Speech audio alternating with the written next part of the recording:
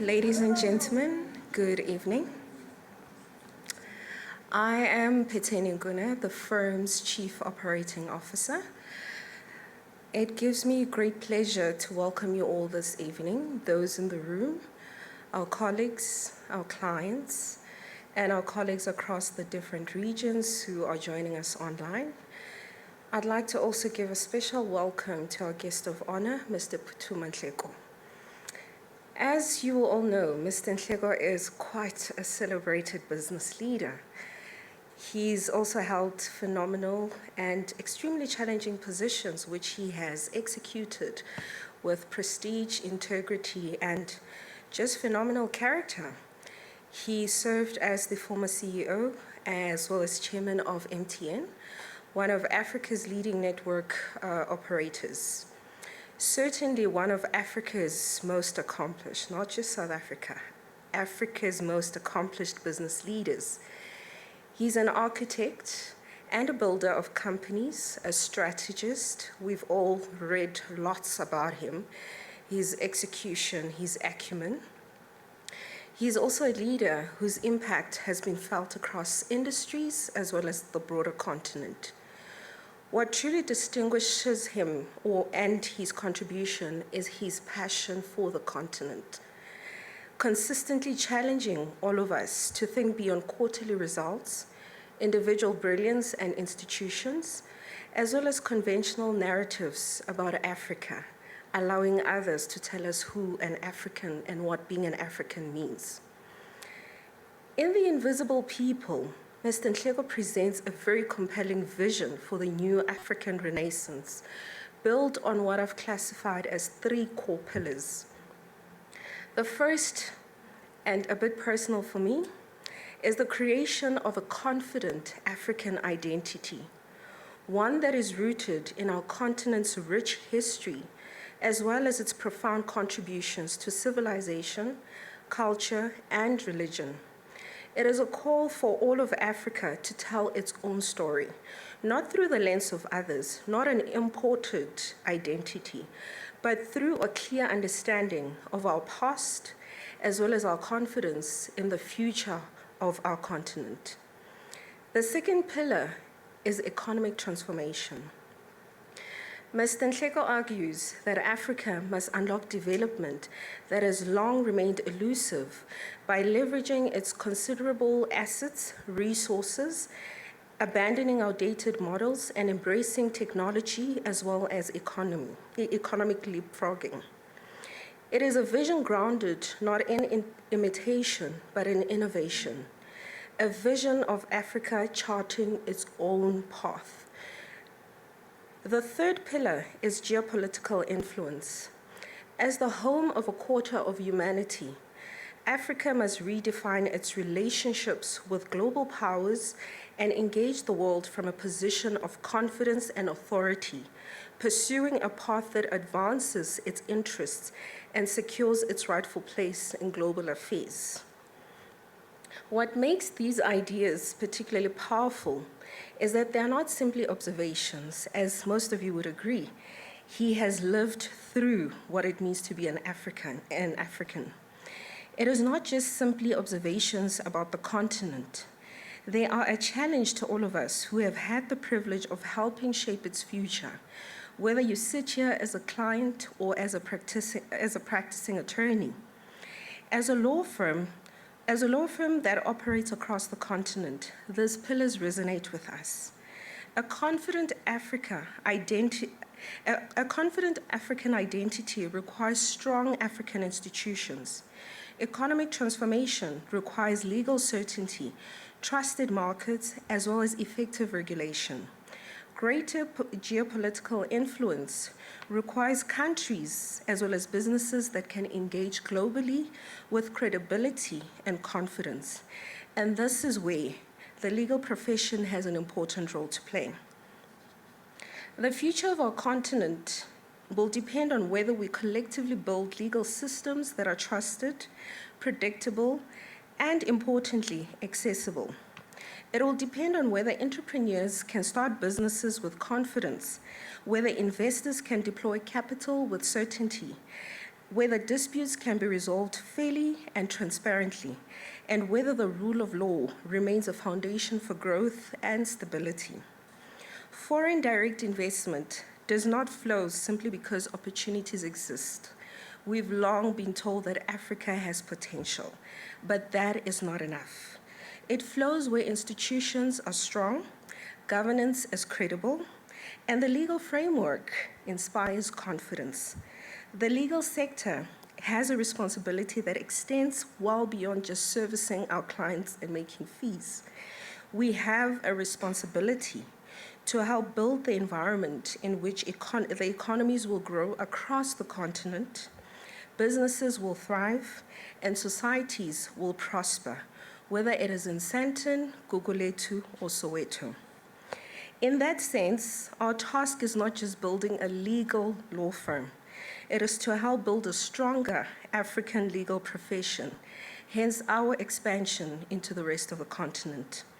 It will depend on stronger legal institutions and ultimately a stronger and sustainable continent.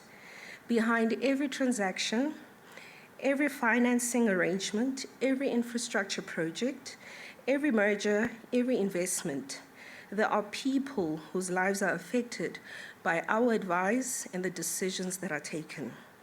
People who may never enter our boardrooms, people who may never come to our offices, but whose opportunities, livelihoods, and futures depend on our integrity and the strength of our institutions to help create a sustainable and equal future.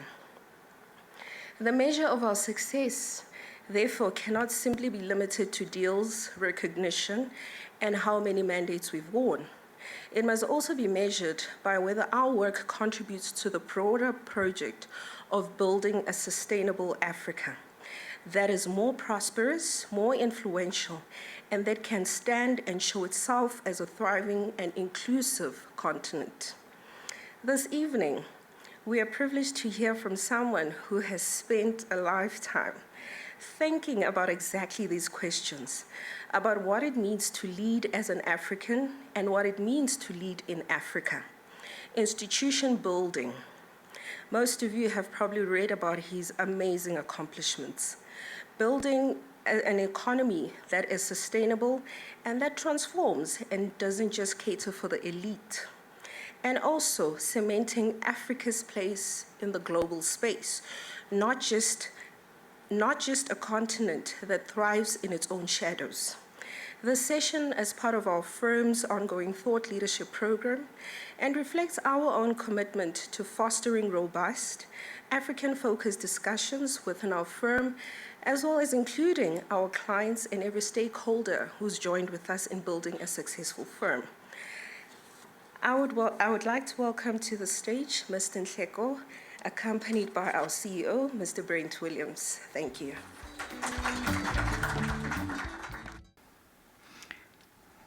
Thank you, Phuthuma, and welcome to our speaker, Mr. Nhleko. If you don't mind, it might be easier for me to call you Phuthuma just for this evening, to make proceedings a little bit easier.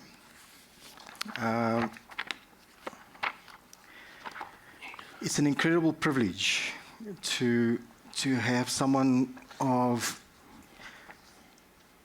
Phuthuma's stature talk to us about how he thinks Africa might approach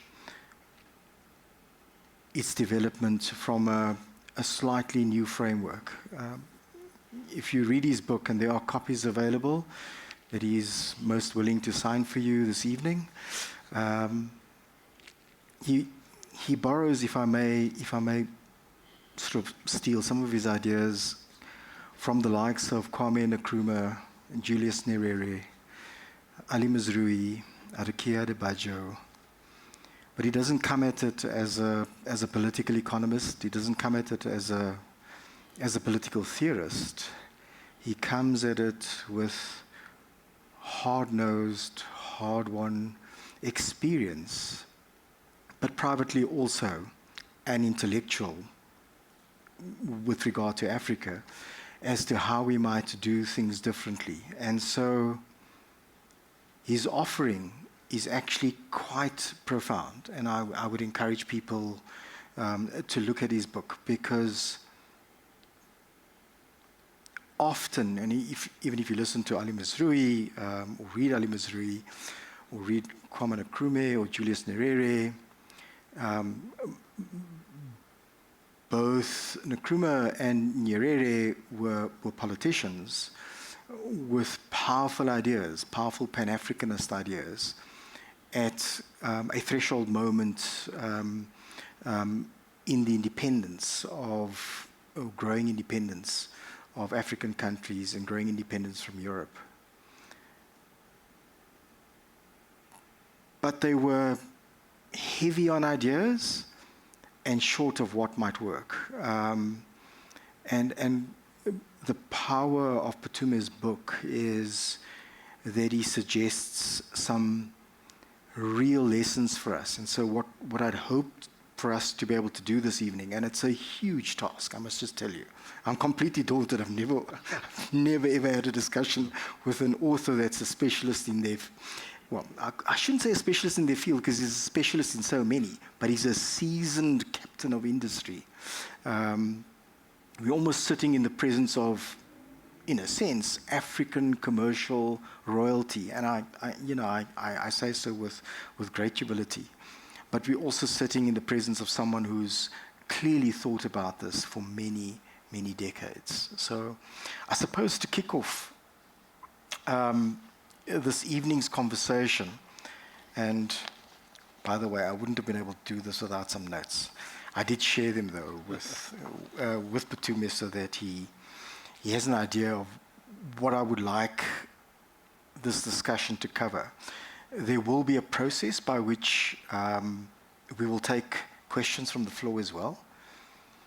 And it's sort of a Chatham House rules, right? So what we're not dealing with is a dead person, so we can't talk badly about him, and we also can't talk badly about the organizations he has led and still leads, because they're still very much alive. So we're going to sort of observe Chatham House rules. What we say here, the discussions here are going to stay in this room, and I'm going to leave it to Phuthuma to decide which of the questions he wants to answer absolutely bluntly and frankly, and which of them he prefer to sort of take the fifth on, or perhaps answer more diplomatically than would otherwise be the case.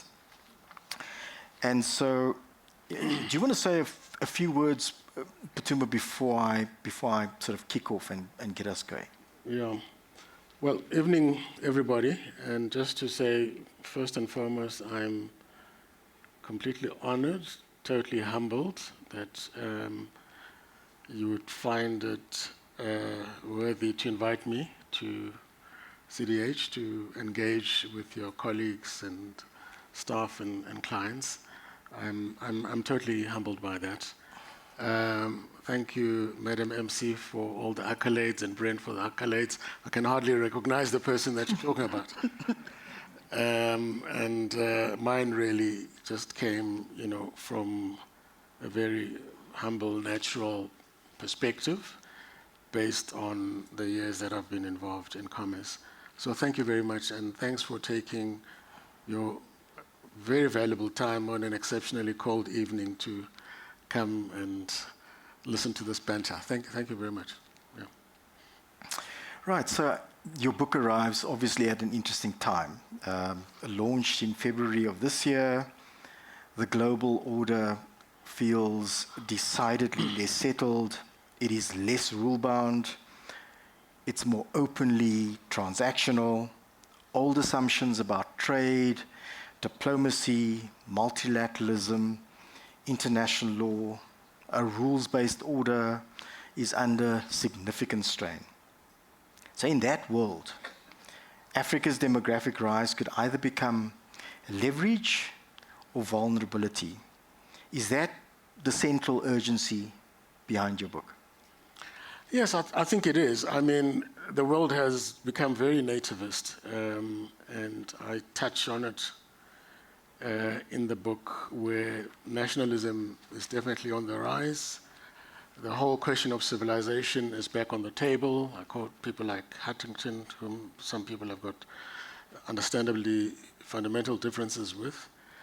And therefore, things seem to be very fluid after being comparatively stable post the Second World War order, right? And at the same time, Africa since the 60s has had an absolutely exponential increase in population, including the rural to urban migration, which is very, very significant for cities that were not designed for that. And those socioeconomic tensions are partly observed through people migrating into Europe and changing the political landscape there. And by changing that political landscape in Europe, in the US, I mean, I mentioned in the book that the US will be black and brown majority within 20 years. That impact is causing tensions elsewhere. So those two things are not interconnected, they are interconnected. And I think the central question is the second part of your contribution, which is, well, what does that all mean for all of us who are actually going to constitute a quarter of every human being on this globe? And that's really what the book tries to tackle. It's a statistic that most people know, including the fact that in the same period, almost 50% of all the youth below 18 years of age will be on this continent globally. And so those are the central questions, and what are the consequential impacts of that, and what do we do about it? Thank you. Let's get to the title of your book, The Invisible People. I think the audience knows, at least colloquially, Africa's history. First one of slavery, pre the Berlin Conference in 1885, then post the Berlin Conference, which is essentially the division of Africa, dividing up of Africa by European powers into colonies, and so we then have African colonies, and then you have post-colony. In your book, when you specifically chose the title, The Invisible People,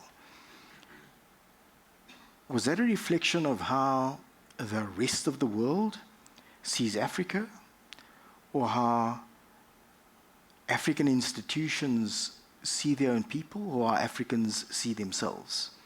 There are many potential interpretations of the word invisible, but you seem to be saying, it's like we've had no impact, and yet we've had this profound impact that no one acknowledges. Yeah, I think that's correct. I think it's a multiplicity of issues. It is how the world sees us, but it is also fundamentally how we see ourselves. But you then have to look at the other elements. For instance, I quote Howard French quite a lot, who I thought did an excellent, masterful piece of work to, as an example, show that the pillars of the capitalist system actually originated out of this continent, because, quite frankly, without sugar plantations, then needing people to be put into the transatlantic route and slave route, to cultivate that sugar, which was like gold at the time, and then selling that sugar into Europe, and then you've got that triangle, Europe, Africa, slaves, slaves across the Atlantic, sugar, and so on. And those really are the fundamental pillars of commerce. And we can go on in the different eras that you've mentioned, Brent, but if you look at that history from that angle, it's a completely different history. There are parallel history that are competing at the same time. And therefore, we are invisible in that respect. You can then obviously move on to the colonial era, In fact, before the colonial era, you'd move on to the industrial area. We're also invisible because, you know, without all that labor, working the cotton gins and the gene machinery in Europe and so on, you would not have the Industrial Revolution, okay? And we can continue into the colonial period and so on and so on. So there are many facets and, you know, other than obviously very commercial, strictly commerce and economic things, I look at the cultural aspects that are important. The global popular culture has been defined by people of African descent, whether it's here or in the Americas and so on. So it's a very long-winded way of answering a very simple question, which is collectively the invisibility is very suffocating, but we can't afford that invisibility to continue into the second half of the 21st century when, as I say, you represent a quarter of all humanity on this planet. China is going to go down. Nigeria as a single country will probably in 20 years' time, if not less, be the same size as 50% of Europe, with about 400 million people and larger than the US. So those are all the dynamics that I think I'm saying we are invisible. Maybe the very last point, I speak obviously about the Bretton Woods institutions, the United Nations, and so on and so on. Again, we're on the periphery. And what do we need to do to change that? Yeah. And I think, I suppose there's a profound call by the reference to invisible people, particularly to Africans, that we reacquaint ourselves, if not freshly acquaint ourselves, if you've never been aware of it, about the contribution of African peoples to civilization as we know it. The fact that we don't necessarily see it in Africa does not mean that we didn't make a contribution, and I think that's the profound point. Dealing with the post-colonial era and Fanon's warning that the new political elites that come to power post-liberation, right, from the period of if you exclude Egypt for the time being, the early 60s, all the way up to 1994, 1990 being the last for Namibia, and then 1994, which is not quite a colonial struggle. It's a slightly different liberation. It's the achievement of constitutional democracy in South Africa. But Fanon warned that the problem, and foresaw that the problem with political elites is that they would try to hold on to power, try to rent-seek in relation to what had previously been owned and controlled by colonial powers, and would not act in the interests of their populations. And by and large, no one who is a serious scholar of Africa disputes that that has generally been the case. There have been a few exceptions, but for the most part, Africa's story immediately post-democracy has been one where Africans and ordinary African citizens have been failed. Now, I should also just say this, just for context.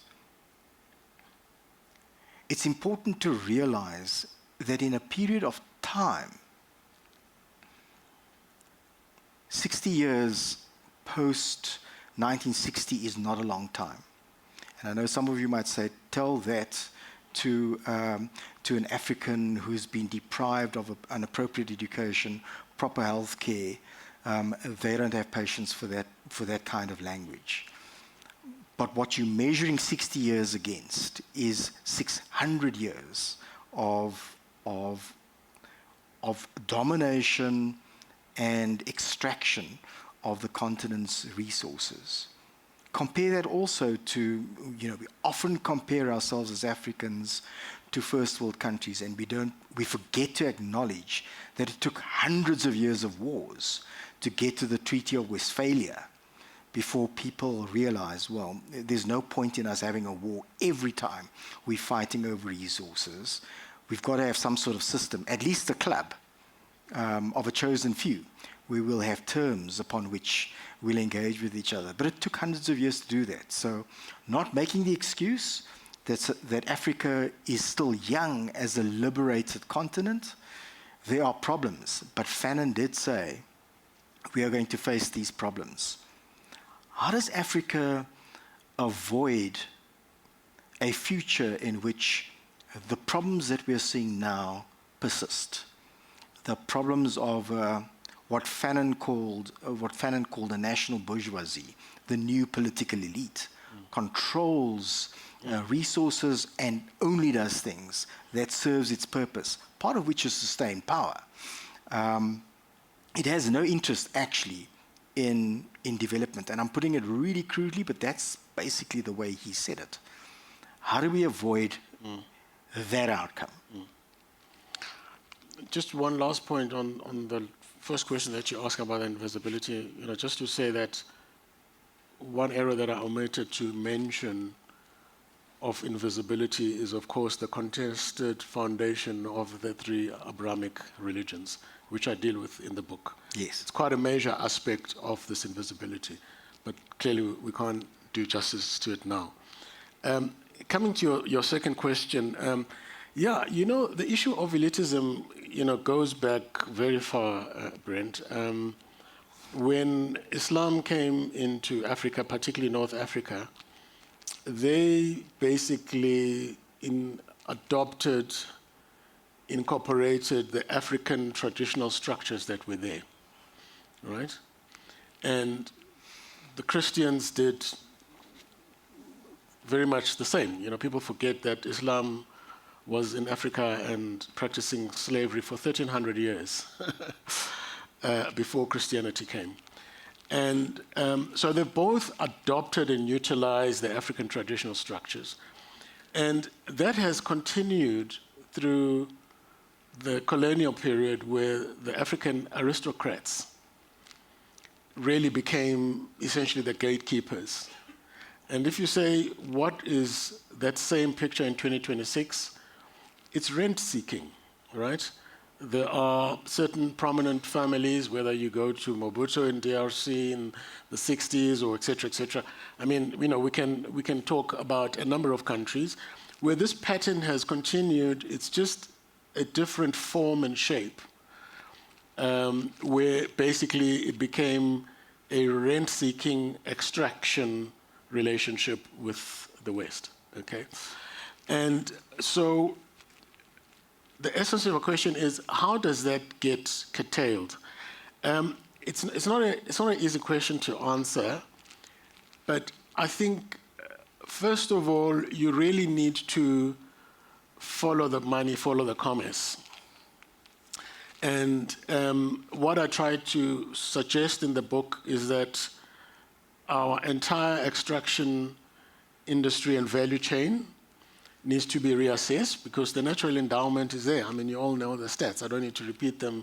Africa's got so much of gold, so much of lithium, so much of, it's a long list. 60% of the world's resources not extracted on this continent. But the extraction model is wrong. It is led by rent seekers who are essentially gatekeepers. I think that's one element of how that needs to be resolved. Second element, I would say that and I know it sounds a very sensitive topic at the moment, but let's try and push it to 10,000 meters, a little bit higher. We need to flatten the borders. And when I say flatten the borders, I'm not talking about chaos, I'm not talking about illegal immigration, I'm talking about getting scale. Because ultimately this world is about scale. Trade is about scale. And we are highly, highly fragmented, right? You might have the African Free Trade Agreement, but it's of no use if I can go to Kenya as the US and do a bilateral. I can be France, and I can go to Nigeria and do a different bilateral, and so on. So we really need, the African Free Trade Agreement to come to life and not just be something that we talk to at podiums in hotels and so on, we need to get the intra-trade to 35%. Most successful regions in the world are around 30, 35, up to 60%. Africa's inter-trade is something like 15 or 16%. I mean, in the book I mention some examples which I think are maybe urban legend, you know, that people go from Lagos to London to go and buy groceries, or from Luanda to Portugal to go and buy groceries, okay?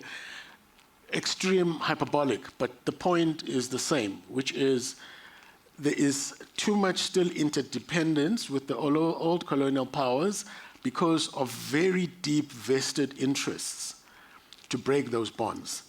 And those have to be broken, and this Africa Free Trade to come to life. Third element is, of course, cultural and political integration.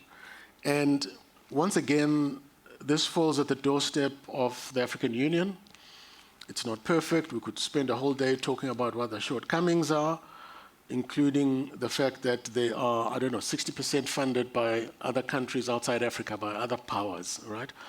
But they are there, you know, and we need to say, how do they become fully funded by African countries, meeting their commitments, and how do we bring, I think they call it Project 2060 or something like that. 2060. To become 2030, Project 2030 or Project 2050 at the very latest.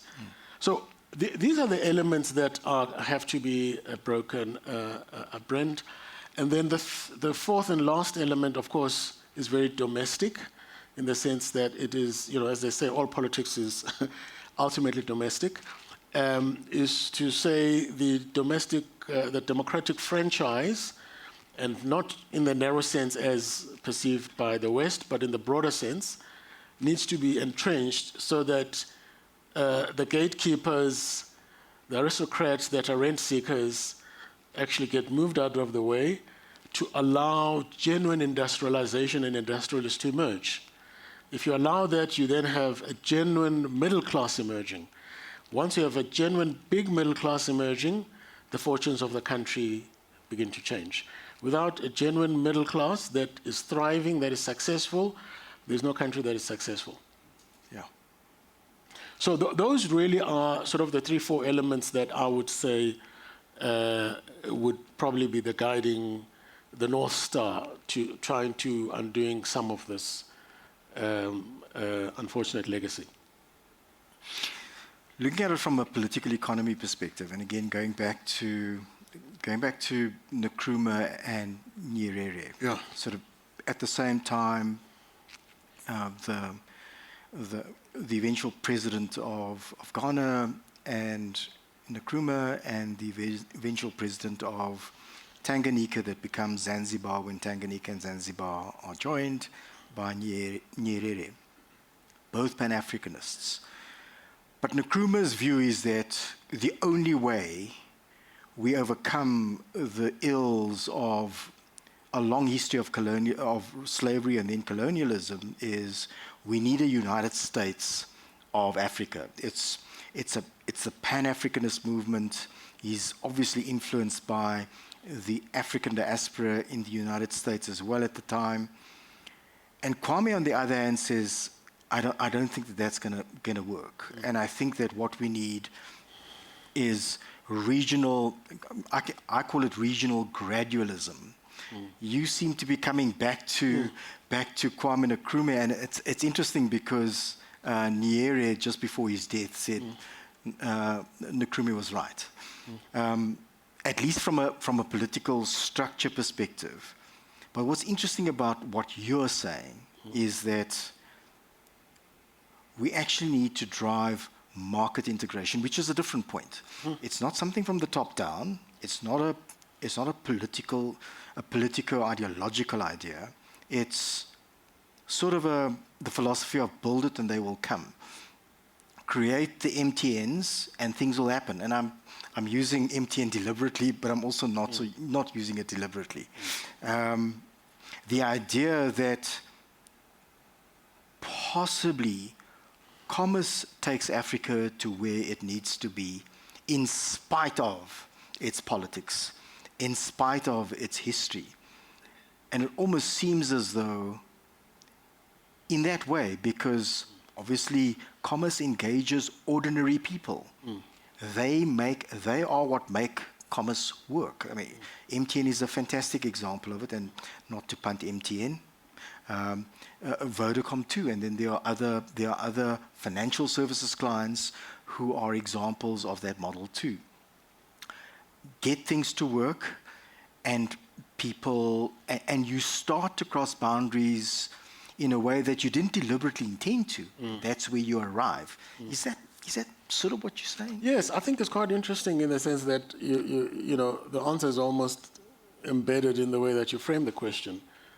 When I was younger, I was a Pan-Africanist, and I was an ideological fundamentalist and an idealist. If, you know, as I say, if you are below 35 and you're not one of those things in some form, then there's something wrong with you.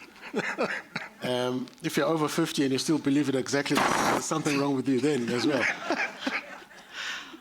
So you sort of grow up, and I came to Pan-Africanism, back to Pan-Africanism as older, for a different reason and a different need. And I came back to the same answer, which is the question of scale. I just realized that without scale, you've got no leverage. Without leverage, you've got no power, right? If you're fragmented, you've got no power. So you come back to this point, and in the older version of myself, Pan-Africanism is a commercial strategy. In the younger version, it was an ideological belief system. So in that older version, you still come back to what I said earlier about fragmentation and scale, right? And, you know, example that I think I give, you look at the resources, fossil fuels, again, a swear word in some places, but you look at the gas that Mozambique has, it's got 50% of the gas that Nigeria has with 10% of the population. It's right next door, right? You look at Namibia, I think the total discoveries are something like 2 billion barrels. They're profound. Very profound. Namibia can be the next Qatar without much effort if people are focused, serious, and manage the resource, okay? So if you just take Southern Africa, let's not even talk about East Africa and West Africa. If they, when I say they, I'm talking about the royal we, had to really integrate in the same way that the Asian countries have looked at their resources and structures and so on, you come up with a very, very, very different economic construct. It's one thing a company in South Africa would say, well, we're going to build a pipeline from Rovuma in Mozambique to South Africa. It's another thing if that is a tripartite project between South Africa and Mozambique and maybe Namibia for these sort of reasons. And I can give you 10 examples like that in different sectors. It's one thing if saying that you've chosen telecoms as an example, Brent, to say, and I won't name countries lest I get into trouble, but you know, small country A, small country B, small country D, which is probably smaller than, let's say, a province in South Africa, okay? We still have to put a switch, we still have to put huge amount of infrastructure. What are we protecting? We're protecting sovereignty, right? But actually, if the borders are flattened, metaphorically speaking, the cost of that infrastructure is maybe 60% of what it is. So unless you've got economies of scale, unless you've got scale, you won't get those economies. You become less competitive and so on. And you have to do the same on the geopolitical side of things. A lot of people say, well, you're just naive and you're dreaming. I'm saying in the 2000s, there was President Mbeki in South Africa, President Meles in Ethiopia, Obasanjo in Nigeria, Wade in Senegal, and Bouteflika in Algeria. Those 5 countries are over 50% of Africa's GDP, right? And there's President Mbeki often says, they had a conspiracy to say any major global matter, the five of us are going to caucus and have a position, whether it's debt forgiveness by the European lenders through whatever that Rome agreement was called, and so on and so on. So if those five countries become the piston, you don't have to have the other 49 and so on. They will eventually come, but they represent 50% of the GDP of this continent. The European Union did not start off with 35 members as it is today, right? In fact, I mentioned, Jean Monnet. Jean Monnet. It started off with people who were thinking outside the box. It was France, then it was Germany, and then they built on that. And this is not 2,000 years ago. This is 1945. It's 1950. Okay? So I don't think that this construct should become all of a sudden completely esoteric simply because it applies to Africa. It's a question of will, it's a question of resolved. And we saw that in the 2000s. Unfortunately, they all left the stage in those five countries, and then the people who came on the stage didn't follow through. And it feels like, it's a good segue into the AU. Profound period from the decline of the OAU and the rebirth and the reimagining of what the AU is capable of. And probably our ex-President Mbeki, one of his most profound contributions, we often criticize him for the obvious things we criticize him for, but one of the profound things he did was leading the idea of an African Renaissance and actually making steps. And it feels as though 2 decades on, we've again lost some momentum, and which is why this thought around sort of commercially driven integration is something we should perhaps hang on to, because the minute we get into individual country politics and competition, we just go down a road where we seem to run into our own backs, we trip over our own laces, and apart from all of the other problems that we have internally, separately, within all of these countries because of our historical legacies. How do we get beyond that? Because the very example that you quoted of 3 small countries insisting on their sovereignty, and so now there's this additional cost in trying to actually get a service going that will be beneficial both to citizens and to the country if they were just prepared to look beyond. But elites have a need. In fact, their very existence relies on hanging on to that power and hanging on to that sort of sovereignty, and we end up coming to the same problems. Yes, but as I say, it's been done before. We just fail to build on it. It comes in spouts because, you mentioned Nkrumah. Nkrumah, Abdul Nasser, Haile Selassie, when the OAU got formed, yes, they were very, very clear about a wider Pan-African vision. Yes. And they pushed it very, very hard. And then it vanished. Then it came back again in the early 2000s through this example that I've just given. And we felt that we were really going somewhere. I mean, at that stage, I was still at MTN, and of course we were really pushing hard for licenses all over the place. And the political support in Africa, through these 5 countries was there. And then we lost the momentum again, all right? So we now need to attempt this for the 3rd time, and the people that are in their 20s, up to 40s, 50s, they have got the opportunity. They have got the opportunity to restart for the 3rd time this construct, as I say, starting with maybe 50% of GDP and be realistic, and the others will come on, AU being apex. Because unless we do that, we're going to have problems. We're talking, as an example, about data centers. If we start looking at what the economy is going to look like, in the next sort of 20 years, very digital, very AI-driven, connectivity and data centers are at the center of that. What do the data centers require? Huge capex investment, huge power, and so on and so on. not every country in the 54 constellation can do that, and it would be silly for them to do that. There needs to be regional pacts to say, okay, we are going to spend $20 billion on data centers. We're going to control our own data, because right now it's American companies that are controlling all the data, right? And this is where the power is going to come from, and so on and so on. There's nothing that is easy, but at the same time, I don't think that this is, pie in the sky.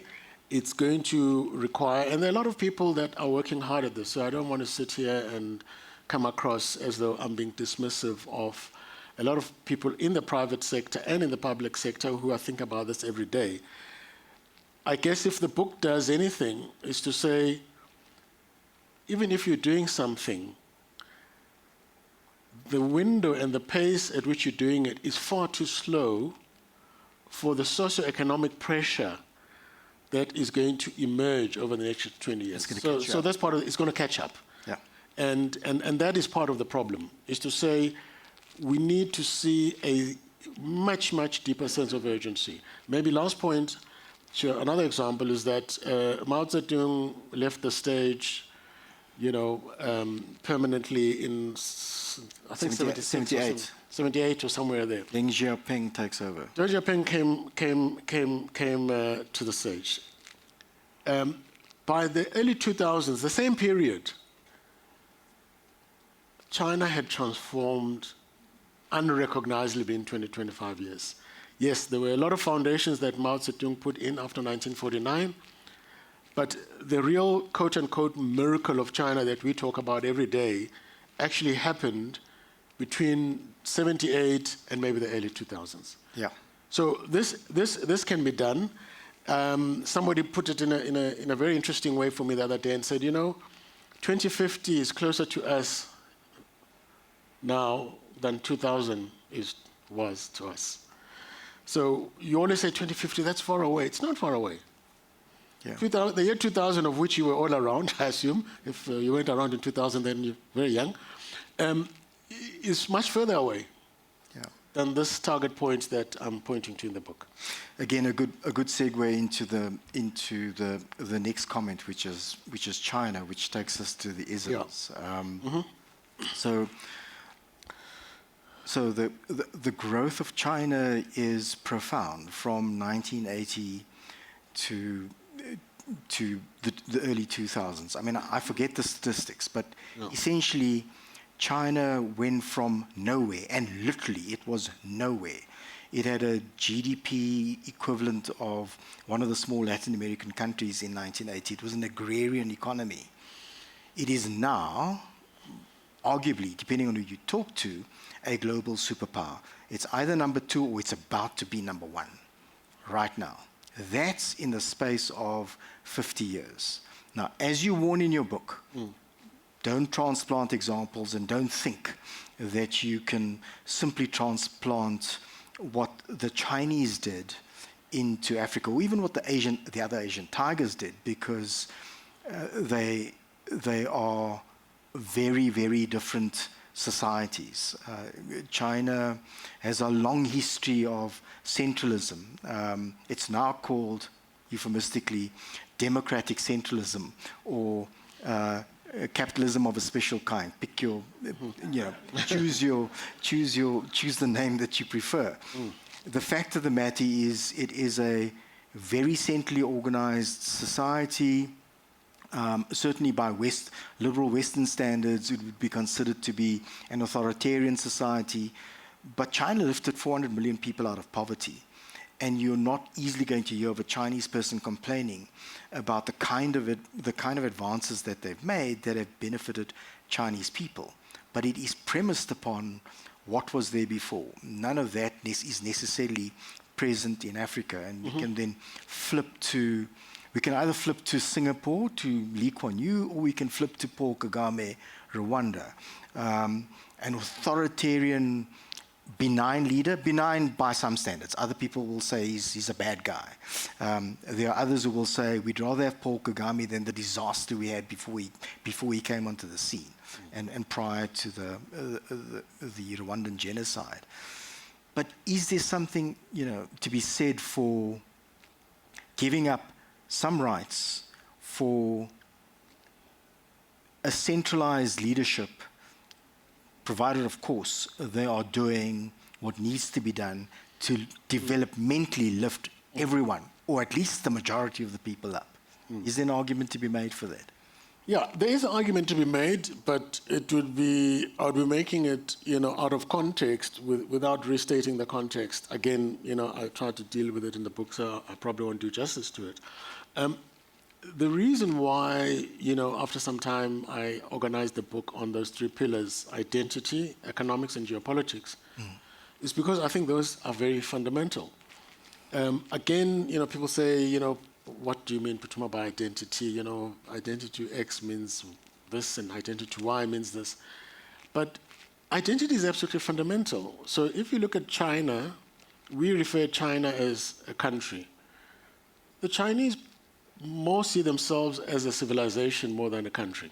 Yeah. And there's a big distinction between those two things, right? I can say the same about Japan. I can say the same about Ethiopia. Yes, they're a country. Of course, they've now had, in recent years, civil wars and so on. But the issue of identity embedded in civilization is very, very, very, very important, because from that flows a lot of things. Then the counter-argument would be, oh, well, we hear you, but, Africa pre the colonial period or the slavery period was fragmented anyway, so what do you mean by African civilization? And this is what Huntington tries to argue, right? And there's some elements to that, but that's not totally correct. But even if we had to give benefit of the doubt for people who approach the argument from that perspective, identity can be engineered. The Soviet Union in 1960 and Russia in 2026 are different entities. They were engineered, right? Whatever you may think of Putin, positive or negative, but he tussled with this identity and said, this is what it means to be Russian. The Orthodox Church is back, and so on and so on. There are different elements. China of 2026 also changed.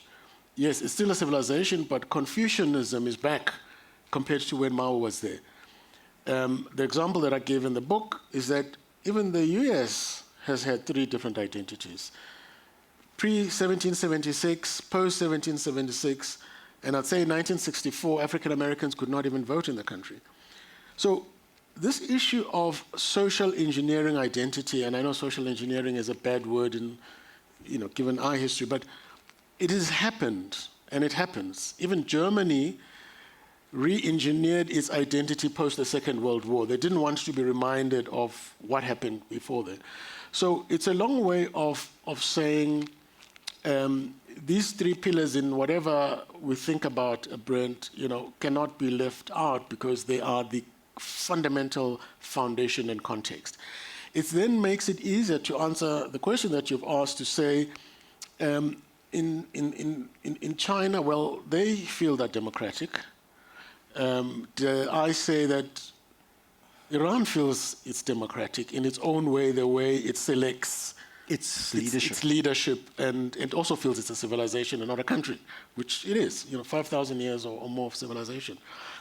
And so you can find that that trade-off does work, and we sometimes take a Western view that says, no, but China, you're not democratic. It's not good for you to have security, to be fed, to be, feel the state is taking care of you, because you don't have the democracy exactly the way that we want it. But they may be prepared to enjoy that trade-off. Maybe they prefer that trade-off. Somebody else might be sitting in the park in San Francisco that's got more billionaires per square kilometer than anywhere else in the world.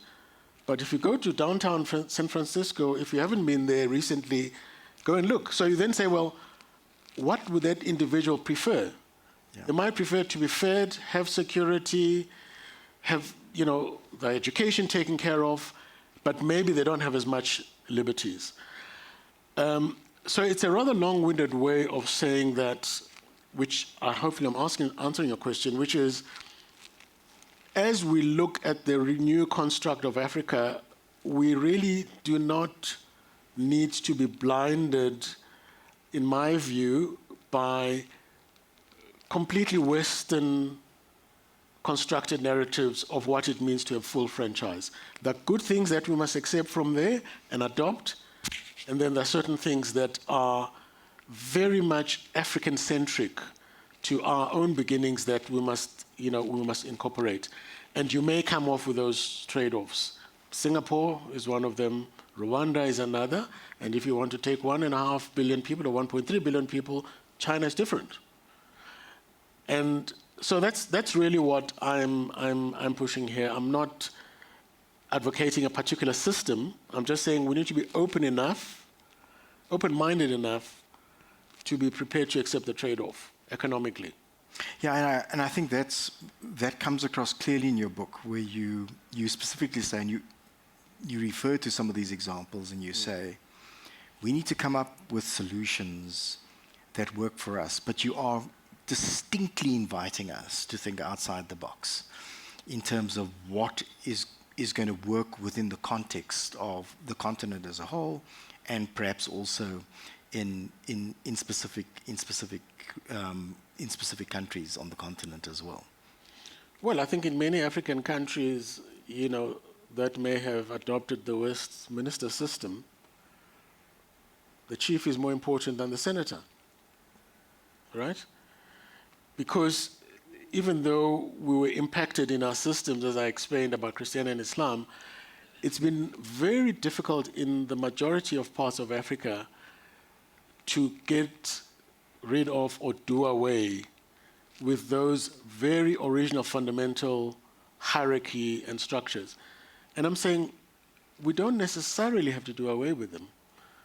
There are elements of a combination of the two. Malaysia is a typical example of that. I don't know if you're aware of the system, right? Where it goes region to region. You've got the parliament, but you've got the three kings and so on. So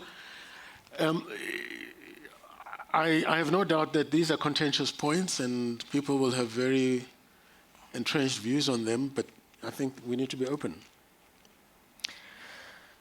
Moving on from the discussion around the isms,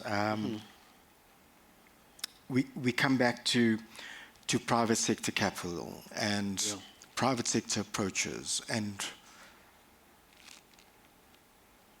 maybe you're an interested party, so it's a predictable question to ask you, but I seem to think that your book foreshadows that the private sector, for a change, and differently from the way we've thought about this before, can begin to make real progress and push that goes beyond ideological arguments or specific local dynamic arguments, party political arguments, because it reaches and achieves a goal that people can see and that people benefit from. And is your position that private capital is potentially the answer? And potentially some of our clients and colleagues in the room are thinking perhaps that's what you're saying. Yes, I do believe that. Again, It comes with a special responsibility, I should just add before you finish. Yes. Okay, well, I mean, as I said, when I was young and as a Pan-Africanist, I necessarily was far left of center because I thought and believed that the two things go together, right? I mean, up to becoming, joining the Trotskyist Party at university and so on, right? But as you go on, you say, no, Pan-Africanism and a free market economy are not necessarily mutually exclusive. And we tend to get very entrenched in our ideological positions, and yet the world has moved on into what works, what's in our interest. And so you can be a Pan-Africanist in your world outlook and still be a free marketeer. In fact, I prefer you that. Because that way, I think we begin to solve a lot of issues. there are many things that Winston Churchill said which I would vociferously disagree with. But one of the things that he said is, you know, the free market economy or capitalist economy and democracy and all of that are horrible things, but they're far better than all the other horrible things. And I think that's right, because we have had the experiment since 1917, when the Bolsheviks came into power in you know, what became the Soviet Union and so on. All forms of distribution have been tried. And the free market aspect of it mitigated within boundaries, right? And probably the Scandinavian countries would probably be my target to try and emulate, not to say they don't have problems, has been the most effective way within reason of creating and distributing resources. And I'm not saying, I think in the book I talk about, you know, what happened when the junk bond kings came around when I was in my 20s in the US, which was unbridled capitalism, right, which is problematic. So, yes, I am saying I fundamentally believe that the private sector and capital, Distinctly Joseph Stiglitz. yes, needs to be the driving, to be the locomotive. Government's job is to be an enabler, certainty on regulation, referee when there are problems, and so on. It's really not government's role to always be thinking laterally and always to be trying to create jobs. That's not their role. Well, in a sense, the hardest core Maoists in the Chinese Communist Party are poster children for precisely what you're saying works, right? Because they've succeeded. They introduced, certainly with Deng Xiaoping, they opened up the economy. They industrialized, but then they also opened up the economy in a controlled fashion. But what you essentially have is, as the Chinese would say, capitalism of a special kind, and it works there. It's somewhat controlled, and you can get reined in by the state. But what you are seeing is a level of free market that works. It certainly works for China. It has sponsored, or the approach has sponsored, you know, phenomenal investment by the Chinese in innovation. The Chinese are often slurred by the suggestion that they refer to as the new factories of the world. They're not just the new factories of the world. The Chinese are the innovators of the world, and that's not just a semantic difference. But coming back to, well, talking about China, let's talk about the new scramble for Africa, because, funnily enough, China comes up there as well. Are we at risk of a new form of colonization by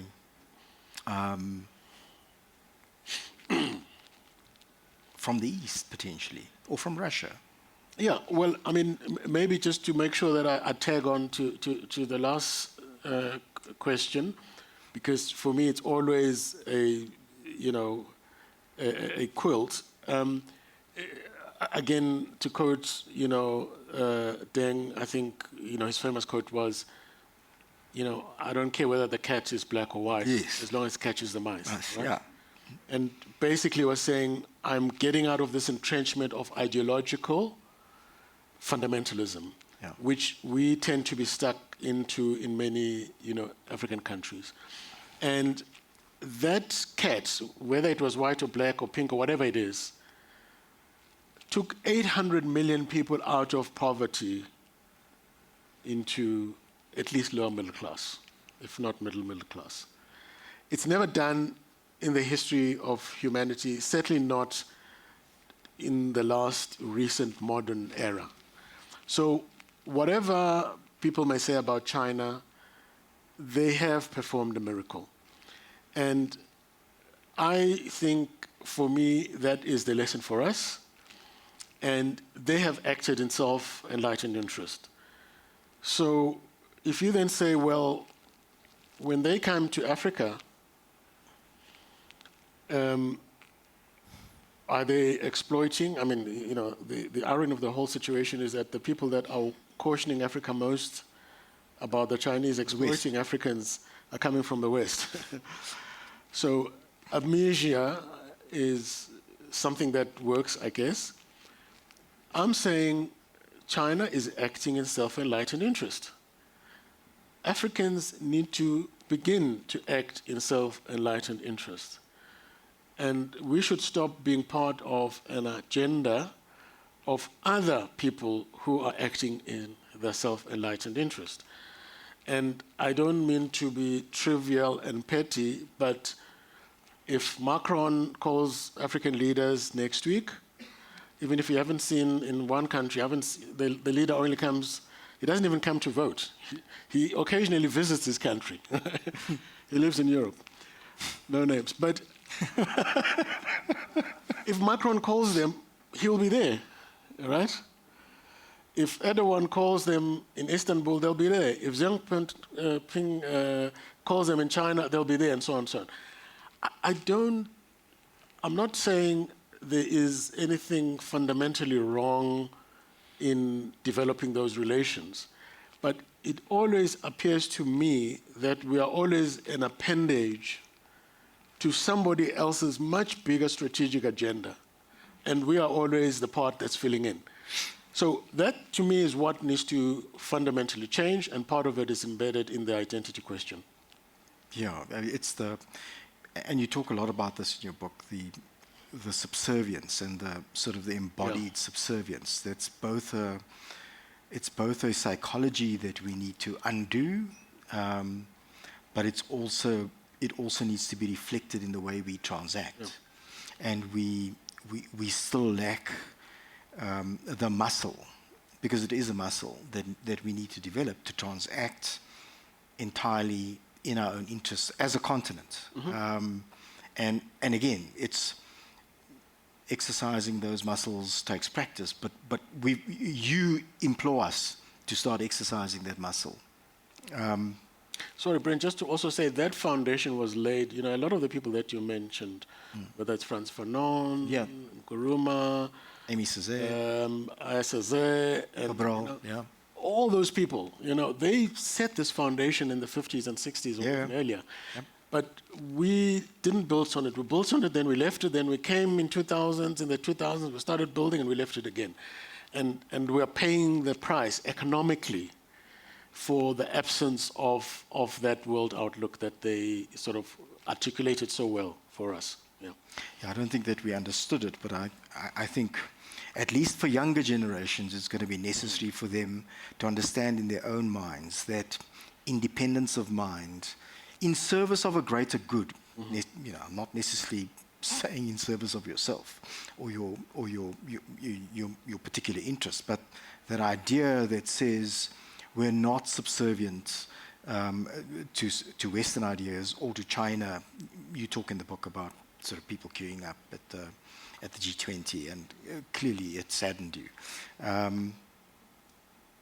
We have to develop that muscle.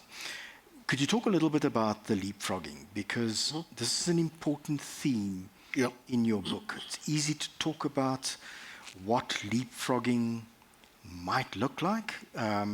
We certainly, and essentially what you're saying is, we can't now be wanting to industrialize in a way that the global economy has already moved beyond, from a technology perspective, the kind of industrialization that we want to do.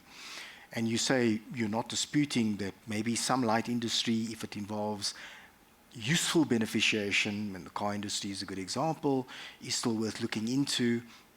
But you are saying we've got to look at how we leapfrog, and that invokes a couple of things: how people are trained, what we're focusing on doing, the industries we're involved in. You talk to it.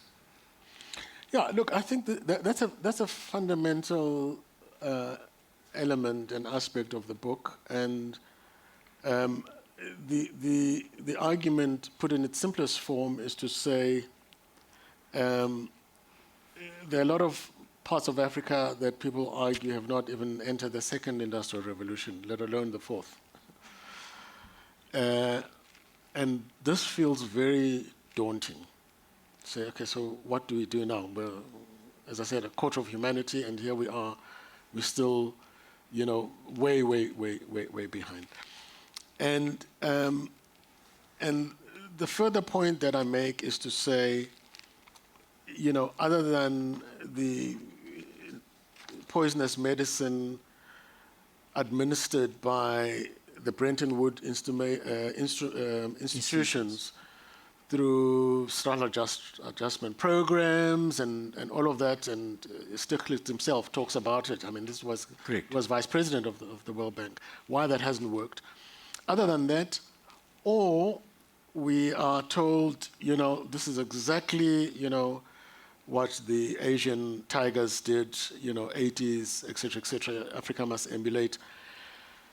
I'm saying I don't believe that is absolutely the right solution. I think that it's almost passé, and some of it is informed by experience. If I look at a MTN coming to Nigeria where there is, at the time 120 million people, and there's only 600,000 fixed lines, right? 600,000 fixed lines, telephone lines, for 120 million people or above. And you have to pay $5,000 and you wait for 6 months for your line to be connected. Today, Nigeria, there are over 215 million subscribers, mobile subscribers. So they jumped the copper age completely. They didn't even go into the copper age. They effectively jumped the copper age. The multiplier effect on that economically is enormous, right? You've got the example that everybody, as I say, beats to death of an M-Pesa in Kenya. People have never been inside a brick and mortar bank in their entire life, but now they've got the full bank on their phone, etc. Somebody else is still writing checks in Texas, okay? So I'm saying those two experiences need to be replicated in the other sectors. And we need to say, how do we get to a digital economy that allows us to leapfrog? Because we do have some advantages. One of the advantages is that unlike the developed world, we don't have hundreds of billions of dollars of sunk costs in infrastructure on the ground that we have to worry about. So we need to take advantage of that and skip. The world is also going from manufacturing to services. Even though, the president of the US, for instance, talks a lot, we're going to take you back to part of America being great again is manufacturing and so on and so on. Manufacturing is only 8% of the GDP in the US and falling.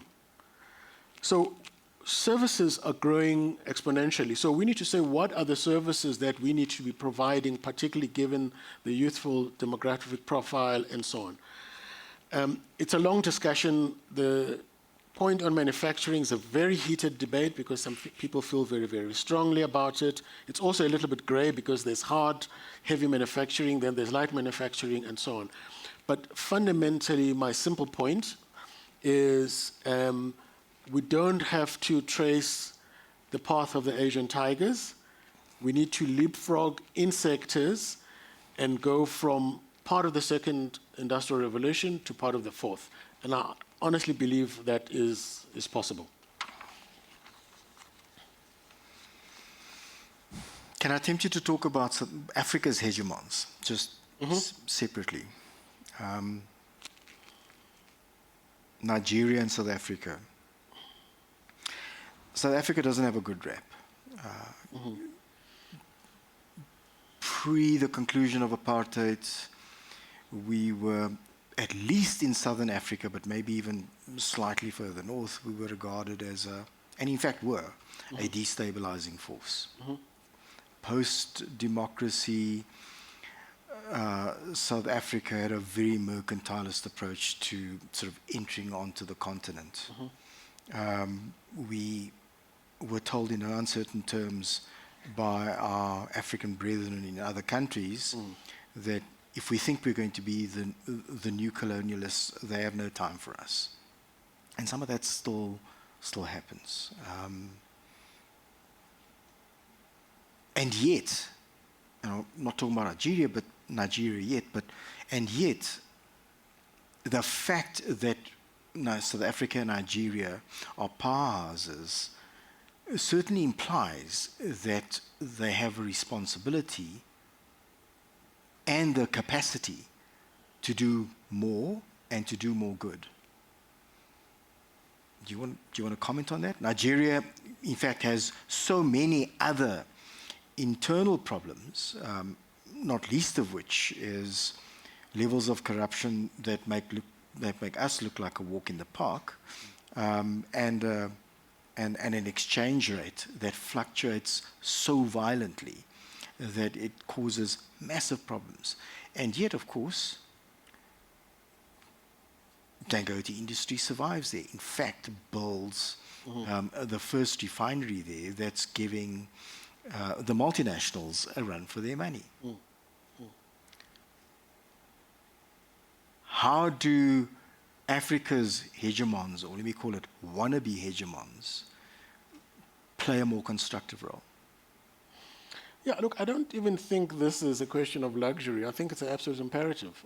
If the 5 countries that I mentioned that are over 50% of Africa's GDP don't get their act together, then a lot of what I'm talking about in the book and what a lot of people talk about is pie in the sky, right? They have to get into a far more unified arrangement amongst themselves. There was, at one stage, I don't know if you recall, what was called the peer review mechanism. Yes. And that was supposedly to help those 5 countries amongst others, obviously others as well, but those 5 amongst others, keep people honest in terms of what are they doing domestically that can help, because the sum of the whole is only as good as the individual bits. If the individual bits are weak, the whole becomes, weak. Brent, I think these are tough questions. I mean, there's a lot to be done. Geography doesn't favor us easily, but I would have liked to see, far more trade between, let's say, South Africa and Nigeria, South Africa and Ethiopia, South Africa and Egypt, and so on and so on. And, all we can say is that it's going to take leadership, and leadership. Because there are no vanilla, simple solutions to these things, but it's going to be about leadership and resolve in countries that make it manageable.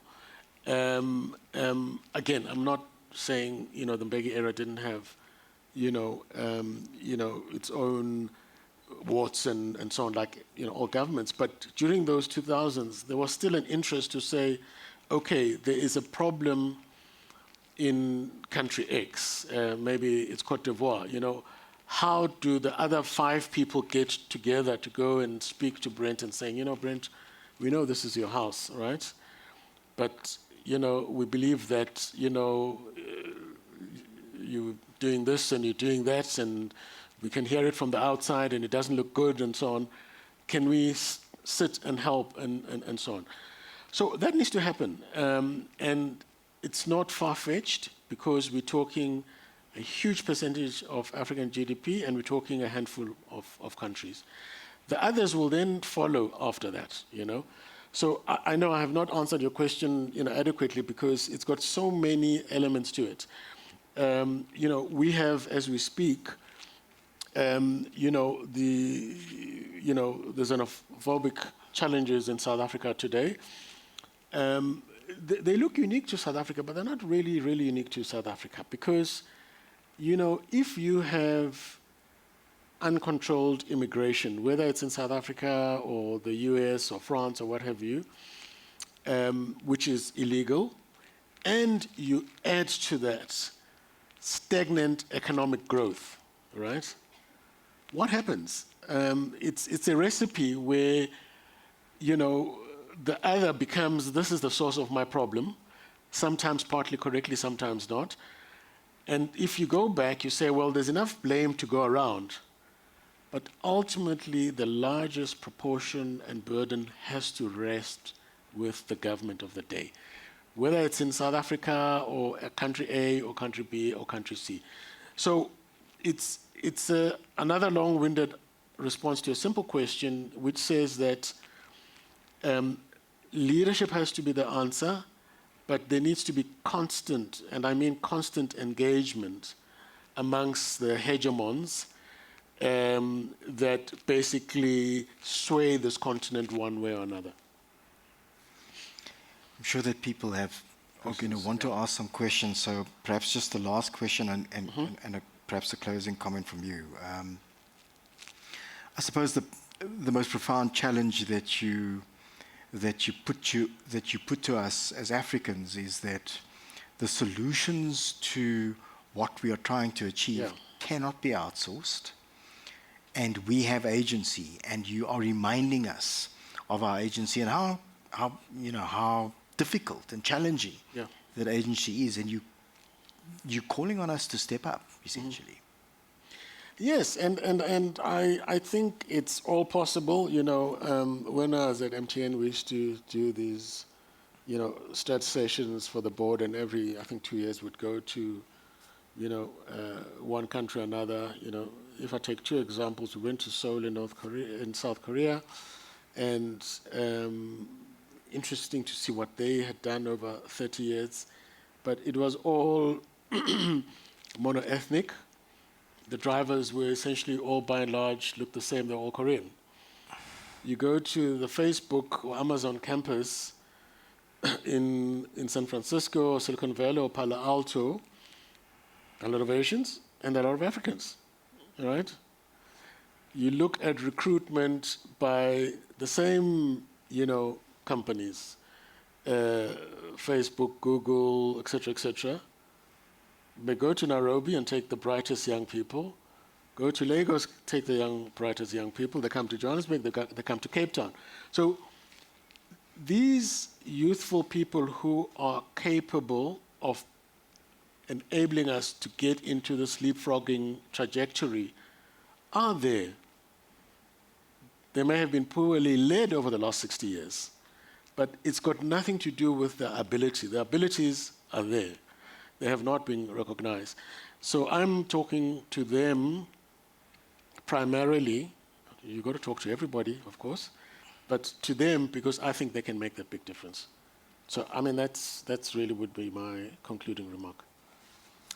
Thank you very much. Just a bit of background. One of the reasons that Phuthuma is here this evening is because one of the things we do as a firm is we give our new candidate attorneys intake a book every year that we think says something about the environment, the context within which they're operating. And one of the books we gifted this year to all of our trainees. And I call them trainees because in South Africa we call them candidate attorneys. In Kenya we call them trainees. And in Namibia as well, and it was Phuthuma's book, and he agreed to sign them for each of the candidate attorneys or trainees in our firm, and then we asked him whether he would come and do a talk and discuss his book with us, and so that's why he's here.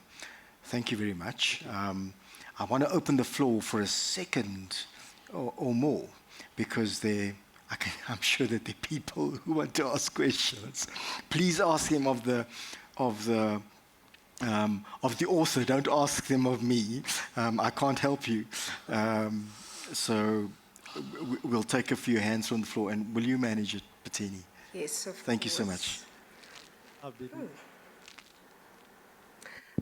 Portia is helping us with I've been given the mic.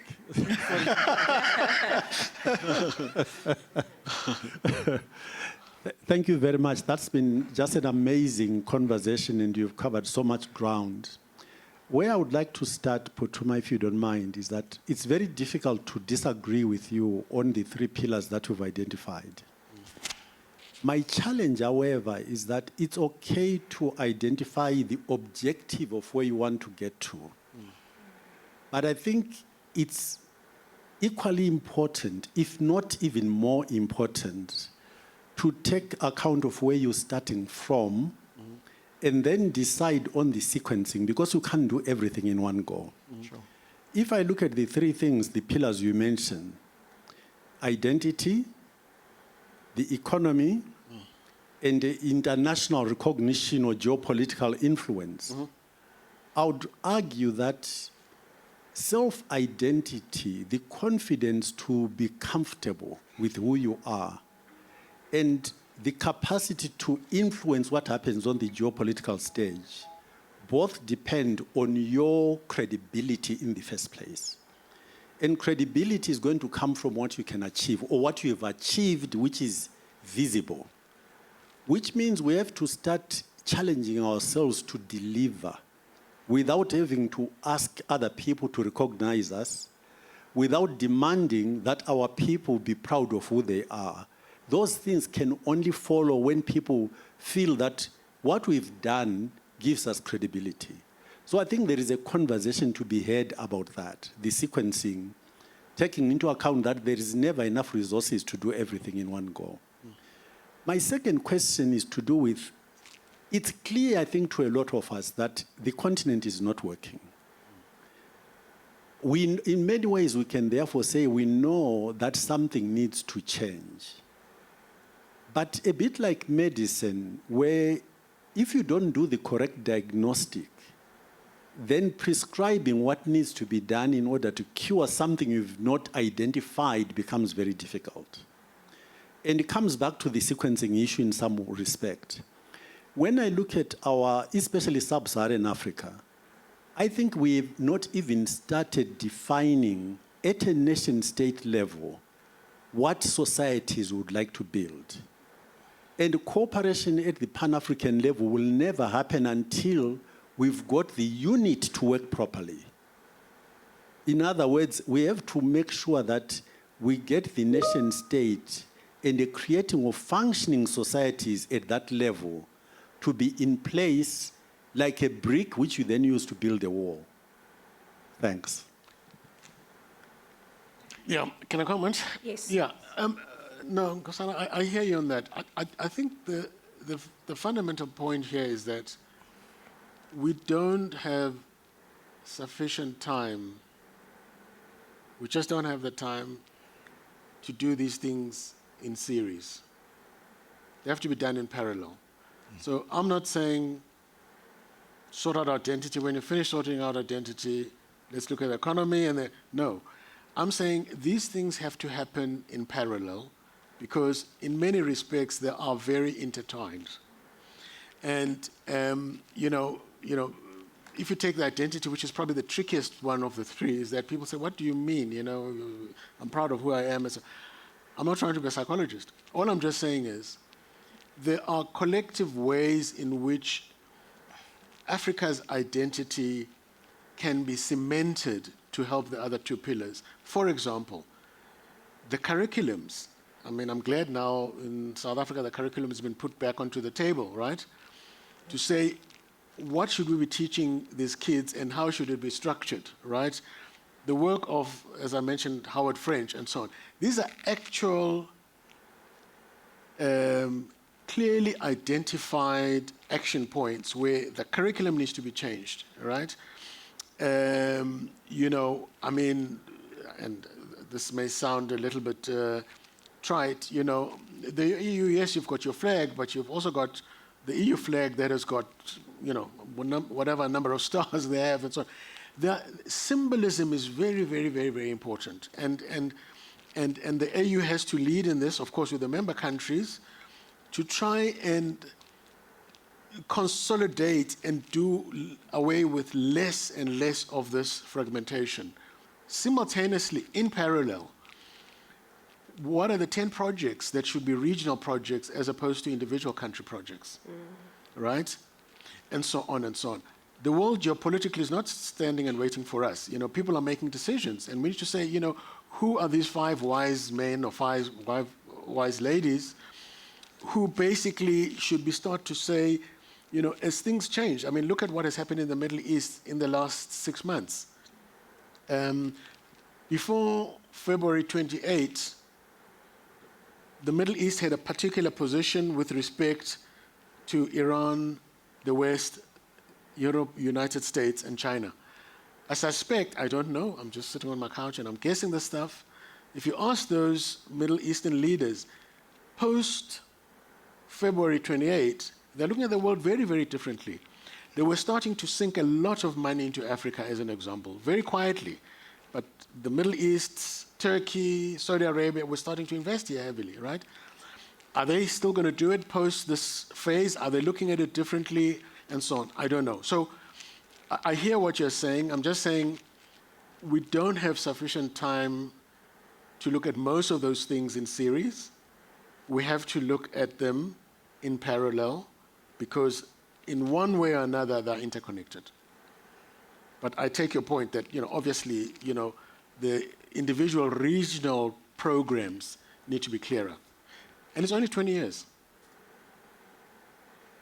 Thank you. Before we take another question in the room, I believe there's a question from our Namibia office. Mm-hmm.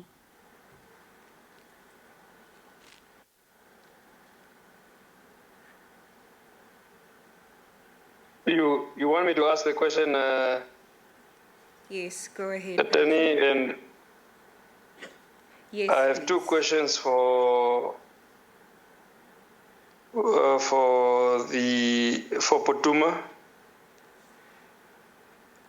The first question relates to I would have thought the Bretton Woods monetary system effectively died in August 1971 when the U.S.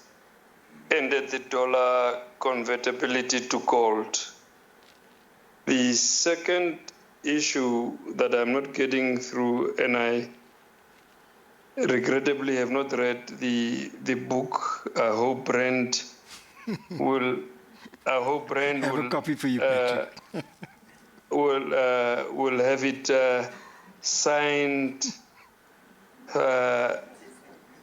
by you for me. Is in the recent past, as recent as 19 June 2026, the African states in Ghana, after the declaration by the UN of enslavement as a crime against humanity, recalled that the Abuja Proclamation on Reparations for African Enslavement, Colonization, and Neo-Colonialization in 1993, which recognized the existence of a unique and unprecedented moral debt owed to African people and people of African descent, and that the claim for reparations represent a concrete step towards remedying historical wrongs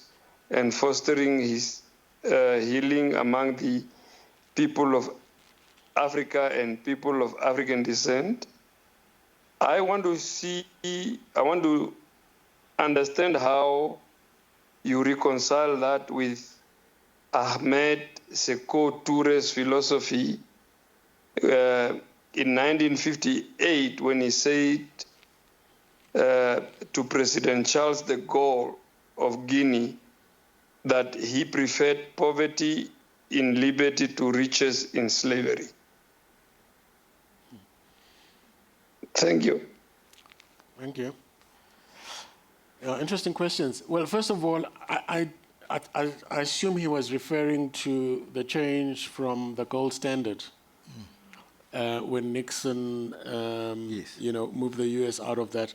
I don't think the Bretton Woods institutions died after that. They continued to cause a lot of calamity. I think all that happened is that, the U.S. became more powerful. The dollar became the essential currency of reference, and the petrodollar then construct also emerged. But there were many countries post the 70s that continued to suffer from structural adjustment programs and imposition. Then I think the second part of the question of how you reconcile these things, you know, one thing that I've been saying with reference to my book is that the last thing that I would ever want anybody to be left with the impression is that the book is a litany of historical grievances, Yeah.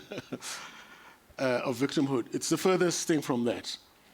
What I'm saying in a different way, and I'm saying you can't, of course, not try and see what's in the rearview mirror. You need to look because, you know, the cliche, you need to know where you're coming from to know where you're going. And to use, you know, there's, again, we'll be nameless, there's somebody who talks about, I have all the cards kind of thing. It's a very casual term these days. I'm saying Africa's got a lot of cards, right? You know, whether it's population size, which becomes a liability. If you don't harness it in the right way, it doesn't become an asset, it becomes a liability. We've got the resources, we've got the intellectual capacity, we've got, you know, huge history, which I refer to in the book, you know, whether the religious aspect or whatever, and we take 500 years, which is 10% of Africa's history, and we put this on a pedestal. And all the people that are, you know, pushing for reparations and doing a great job, I say, continue, and we support you, and you must do that. But that should not be our sole focus. Yeah. We have got many other cards beyond that where we're saying, yes, justice must be done, mustn't be papered over, and so on. You know, I mean, it's interesting, all the European countries that were involved in slavery actually abstained from that resolution. I think even France abstained, if I'm not mistaken. And those people that are focused on that need to do that and, you know, get all the support. But I'm saying that over and above that, there are some very important, compelling strategic positions that are in Africa's favor, but Africa needs to get organized to leverage and take advantage of that. I suppose just one comment in response to Patrick as well, and to perhaps just supplement what you say, Phuthuma. It's this theme also in response to your last speaker, that we're talking about multiple tracks here. We're not talking about doing one thing. There are multiple things that we need to be doing simultaneously. And so along the lines of what do we do about reparations, and I'm going to be controversial, and Patrick is going to give me a hard time when I see him in a week's time in Namibia, is to perhaps be less kind than you are being about reparations. I'm not saying that reparations are not important, but here's the problem, and just think about what this does to one's mindset.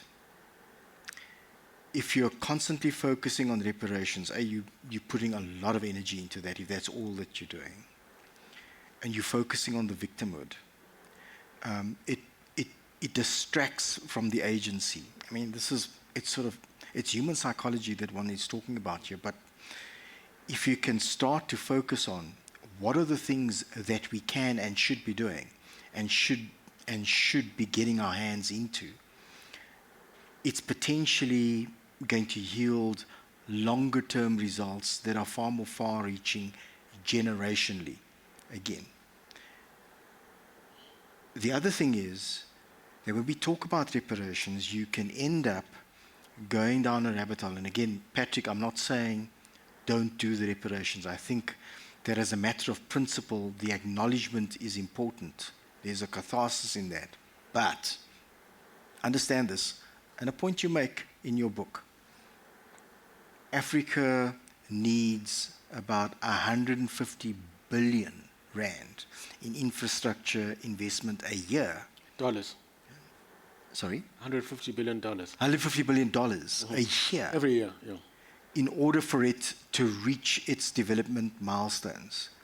There is no universe in which any reparations order, even if it is agreed to consensually, is going to even approach that sort of number. So just have perspective around what reparations achieve. You're not actually achieving a monetary goal. You might be achieving a goal that restores people's dignity, which is not unimportant, but be careful about focusing on a particular channel that distracts you from a bunch of other things that you should also be pursuing with tremendous vigor. Thanks. Thank you. We will take 2 more questions in the room. There will still be a signing session, so you can ask Mr. Nhleko questions directly.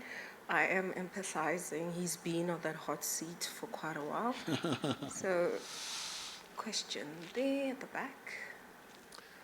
Brent, thank you very much for your Pan-African insights and how those support Phuthuma's points so well.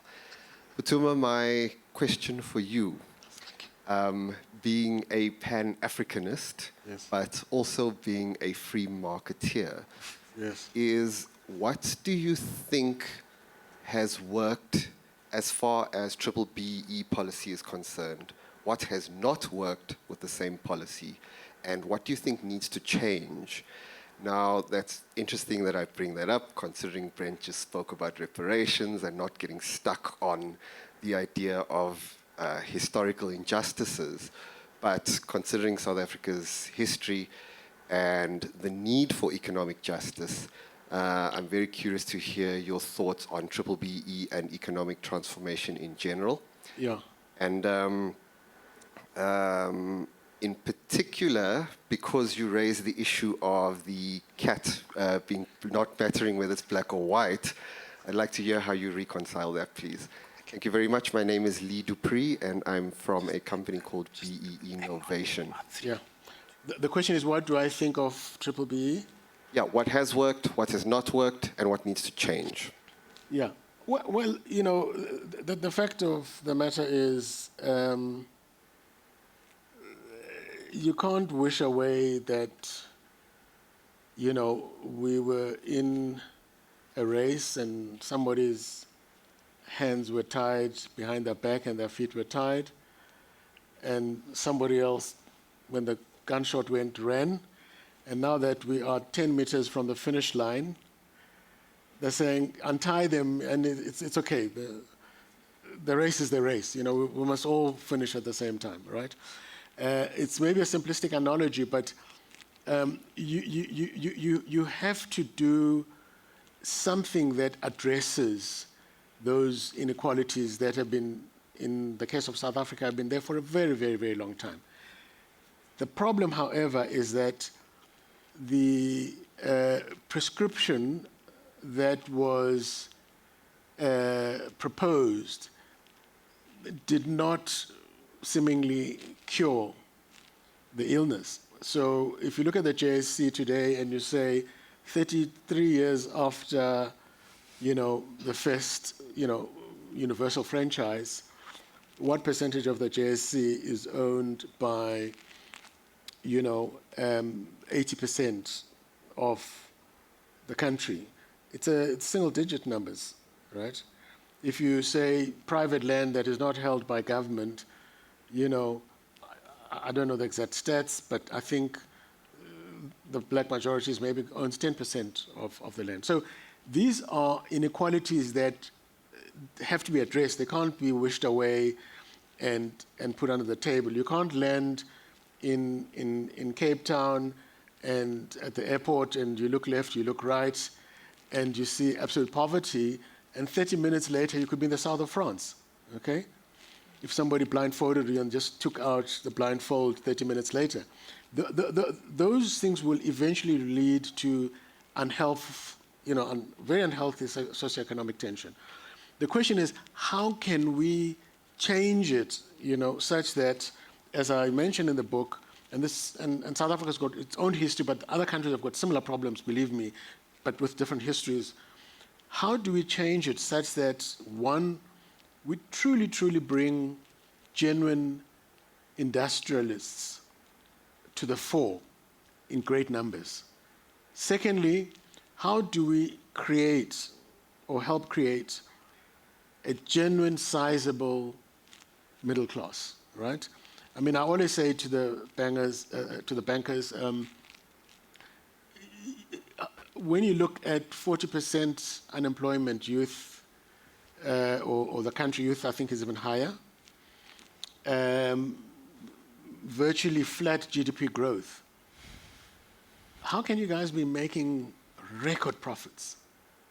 I mean, doesn't that tell you that there's something structurally wrong in the country? So I'm going on a little bit, but all I'm just saying is the current BE legislation has been abused, probably benefited only a few people relative to the number that it was intended and so on. So it really needs to be relooked at. I don't think anybody who is objective and genuine can say it should not be looked at. But what I have serious difficulty accepting is that, you know, we must now all pretend that this guy's hands and legs were not tied and he's just slow.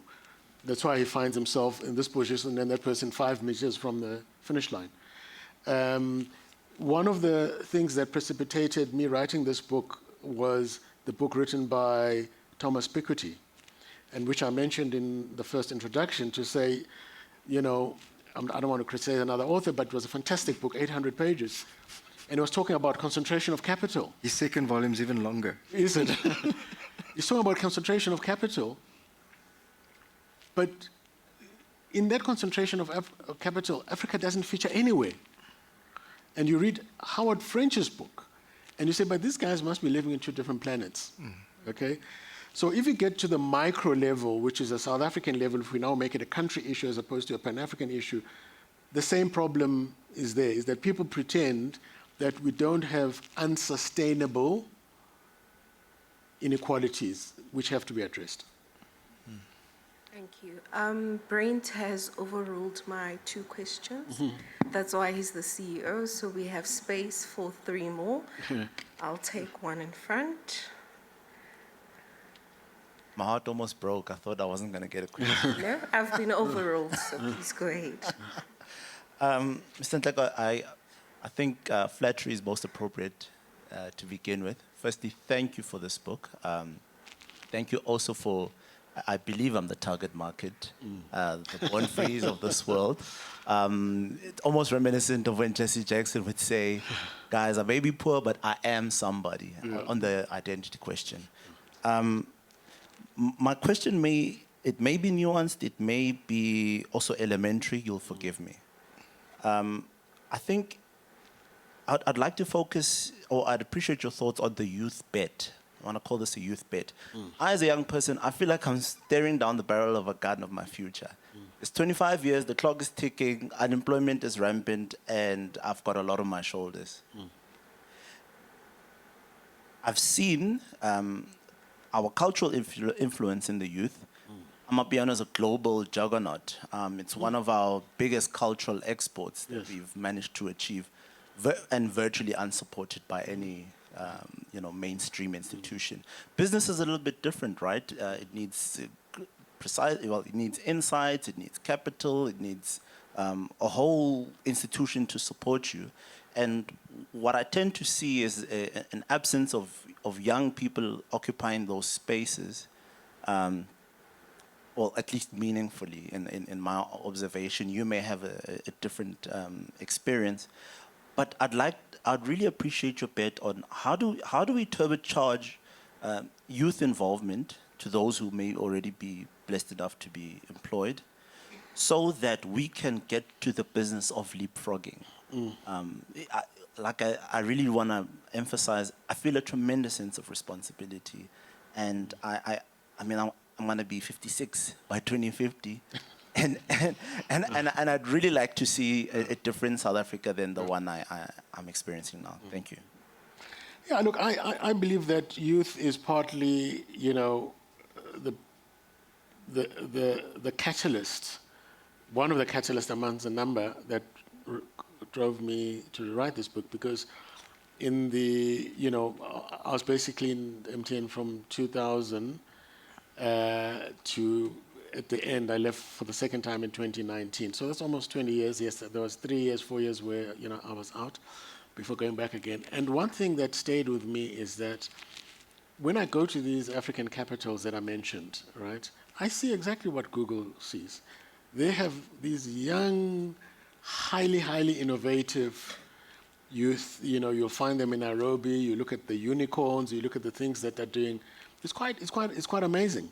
And when I was 20, 20-year-old in Kuala Lumpur, in Johannesburg, and New York, saw the world very differently. I couldn't imagine what those guys could do. But today, a 20-year-old sitting in Johannesburg and one sitting in New York and one sitting in KL in Malaysia, yes, depends which side of the railway tracks they may have been born. But basically, everything seems in reach for them. It's in reach. For us, it didn't look as much. We were in very different worlds. So they need to be led. They need to be motivated. One of the things, again, I'm going to stamp on a few landmines here and probably pay the price. In South Africa, if I look at 40% youth unemployment or 50%, I really think, I'm not saying bring back a draft as countries do, but we should be having some sort of civil youth Public program. service. Sorry? Public service program. Public service, yes. Yeah. To say everybody who's passed matric who doesn't have a job, you're not going to be sitting around at a corner, whether in Soweto or Tembisa or Sandton or whatever. You have to do 3 years, right, of this civil public service. And, whether it teaches them robotics, it teaches them AI or whatever. I mean, there's a guy who's, on the borderline, in my view. But I was told it's Chatham rule, so I'll never be quoted. And is the CEO of Palantir. I don't agree with him on everything. But the other day he was saying, what do you need a university degree for, right? It's a little bit hyperbolic, but he's not completely crazy on saying that. Because what he's saying is that the skill that you're going to need in the next 20 years is not what you need in the last 20 years. And therefore, these public service things that take all these youth that are sitting around would be imparting those skills. Bioengineering, data science, et cetera, et cetera. That's what I think we, and I'm saying we, including leaders, that's what we should be doing for the youth, supporting them in that atmosphere. Thank you. There's a lady there. Then we will end with you, ma'am. Hi, Phuthuma. Thank you very much for the insightful conversation. Yeah. My name is Leago. It's a pleasure to see you at this platform. I worked for MTN in 2002 Okay, thank you. as one of the very few engineers in the country. Wow. So my perspective is that I would like to hear your thoughts around the issue of the two parallels of private sector and public sector contribution. Particularly when we look at the demographics of the continent, which is a topic I'm very passionate about. The highest number of employment will come from private businesses. Almost 60% of employment, even in the South African context, is created by businesses.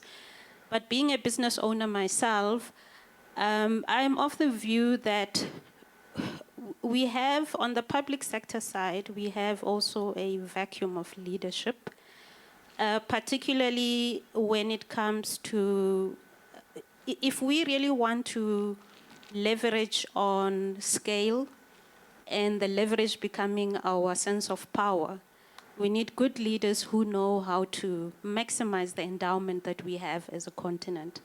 So I would like to hear your thoughts around the issue of leadership from a public sector perspective, because when I look at the Electoral Act in South Africa, the fundamental problem we have with our Electoral Act is that you don't have the leverage to put the right people with the right skills. I've traveled a lot doing diplomatic work at UN, AU, and you find that when you go for ministerial meetings that need engineers to support the ministers, you find a minister from Germany is a scientist.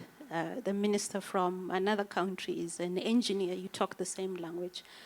But in our dispensation, we have an Electoral Act that promotes more political appointments. That's on the public sector. Then on the private sector side, I think I agree with you that we need industrialists. Remembering where I come from in my business, I remember, thanks to the shares from MTN, I was able to use that capital to start my business. Wow. I couldn't get a loan from any bank. They said, come back to us after 10 years. Yes. And 10 years later, They send you messages, you have a pre-qualified loan, please come talk to us.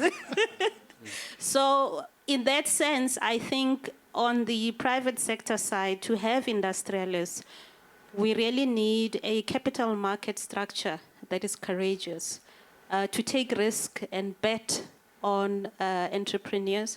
There's a book I love by Jürgen Ingels. He says, when you are in your mid-40s, that's the best time to be an entrepreneur because you have the network, you have the experience, and you've learned the mistakes from working within a professional environment. But I see a shortfall that our capital markets are still so driven by having a political risk matrix that is based on the Western fundamentals. So I would like to hear your viewpoints on that. Yeah. You know, I actually love this question because I think you've touched on, you know, on a very key point that I feel very strongly about.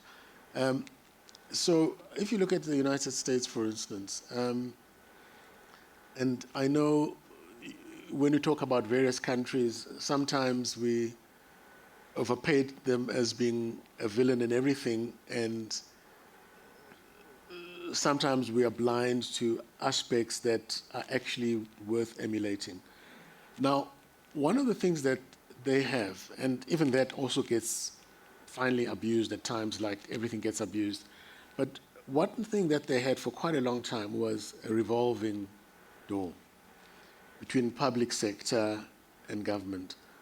One day you can be head of Goldman Sachs, the next day you may be Secretary of the Treasury, right? Going from private sector into the public sector. One day you might be a scientist, as you said, at a university doing X, Y, Z. The next day, you know, you're now Secretary of Science, whatever. And that revolving door is very, very important in my view because it begins to address part of what you are referring to, in the sense that as much as I said earlier, it is not government's primary responsibility to create jobs. In order for them to create an enabling environment, in order for them to sit across the table and have a lateral discussion with the private sector that, you know, is in the interest of the country, you want hopefully as smart and as experienced and as good people on both sides of the table. The example that I actually gave, a specific example in the book, I was at Anglo as a director for, non-executive director for a number of years.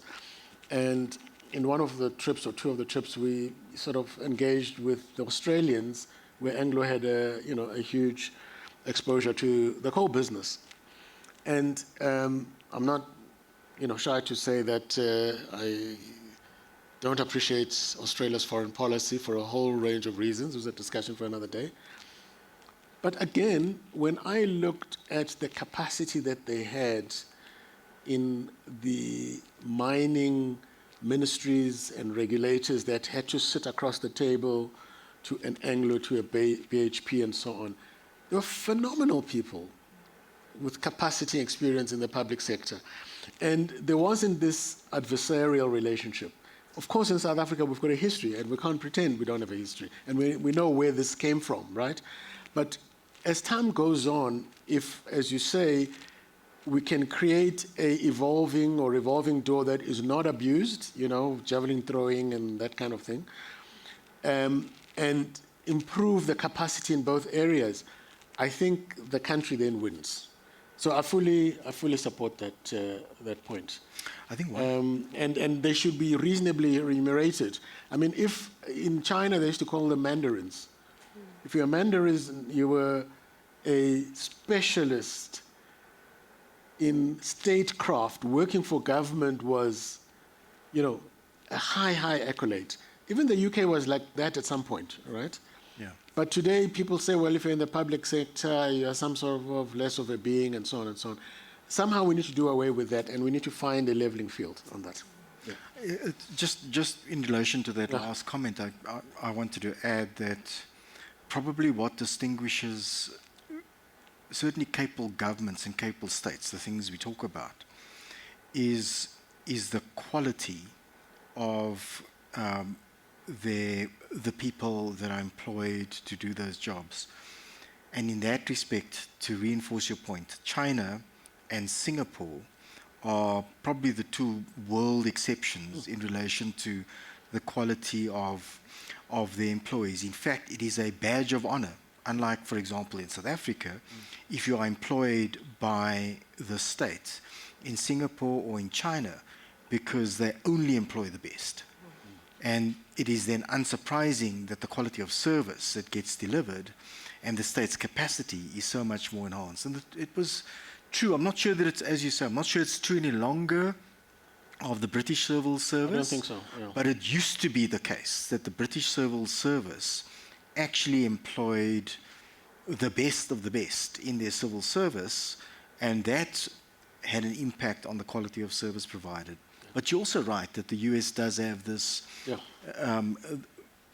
this approach. Certainly they have it in law as well. I know this for a fact, that you can either work for the Federal Trade Commission or the FCC, the Federal Communications Commission, and you can also go back into law, and it's actually regarded as an advantage on your CV if you've got exposure to both the regulator and the private sector. And to get into the regulator is not easy. It's also competition.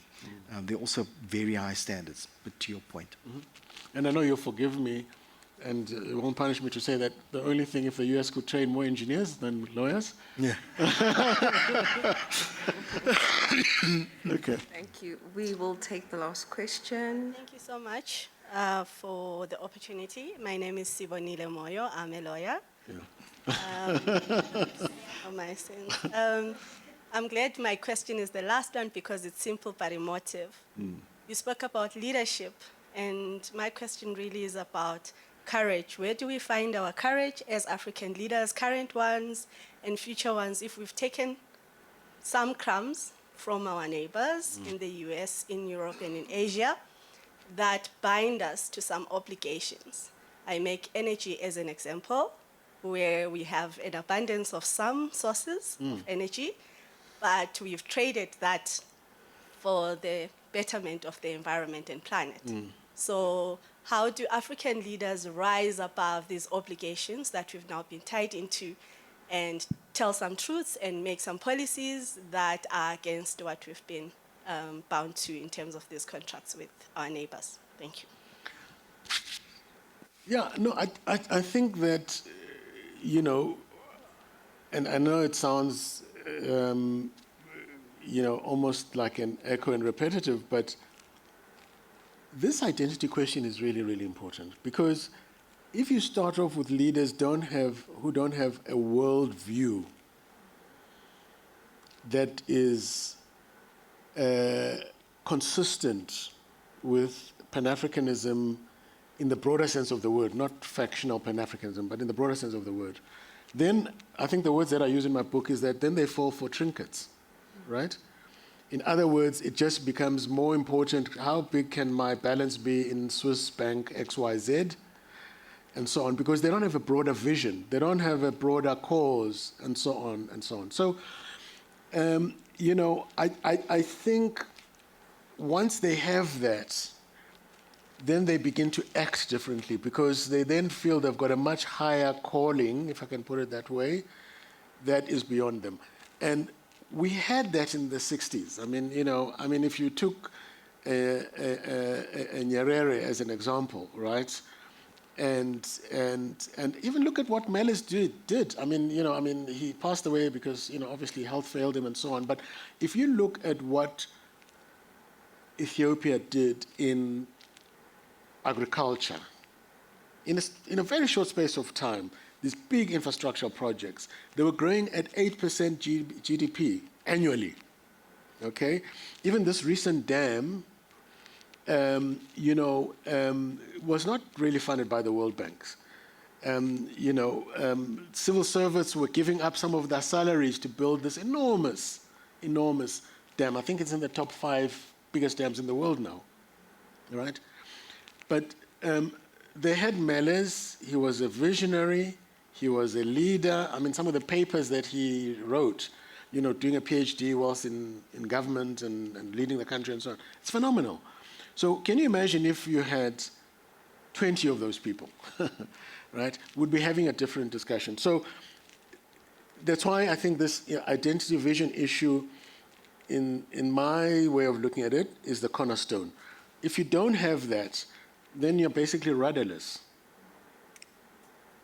irrespective of what position you hold. Yeah.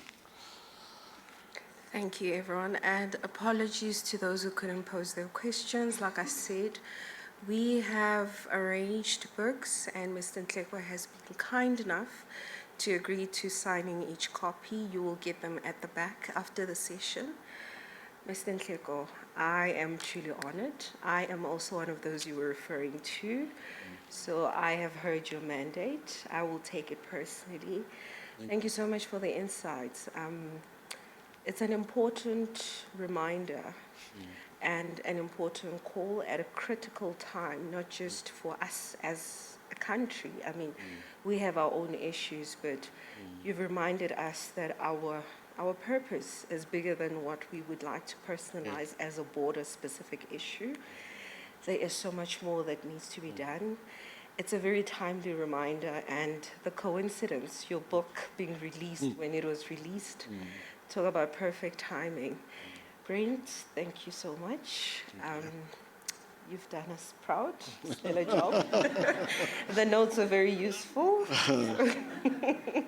Thank you so much. Thank you. As our token of appreciation, we've put something together. It's really a token. It will not match up to what you've given us tonight. No, thank you.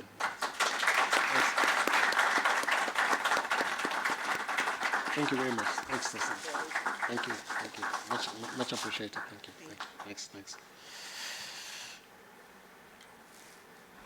Thank you, everyone. We are done. Like I said, we have books.